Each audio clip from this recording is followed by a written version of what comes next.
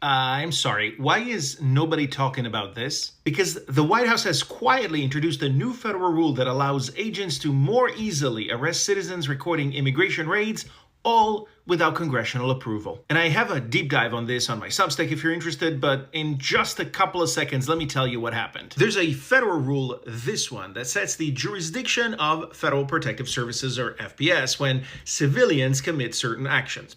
In other words, the rule tells you where Federal Protective Services have the authority to arrest you and why. For the past several decades, this rule said that FPS could arrest you without a warrant when you committed crimes like disorderly conduct or while taking unauthorized photos of restricted federal areas.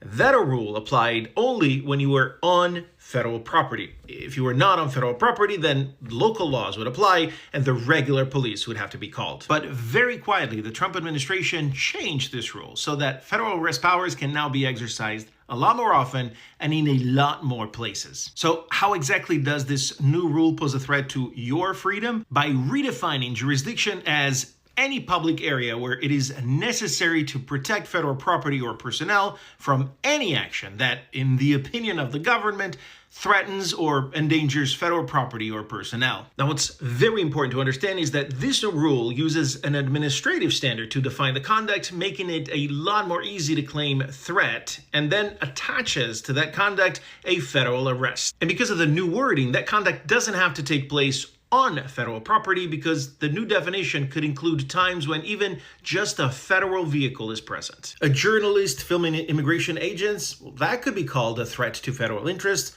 People demonstrating or recording near a DHS holding facility, for example, claim federal interest and arrest them all. Oh, and the burden of proof to justify these arrests, very, very low, which is even more concerning when you consider that we have evidence that some agents are willing to make facts up just to justify their use of force. Yep, the new rule may just seem like a harmless change in text, but its effects can be devastating because it allows federal agents to call your First Amendment disruptive or dangerous, allowing FPS to arrest you pretty much everywhere. And remember, at the end of the day, a government that fears being filmed is up to something that certainly isn't freedom.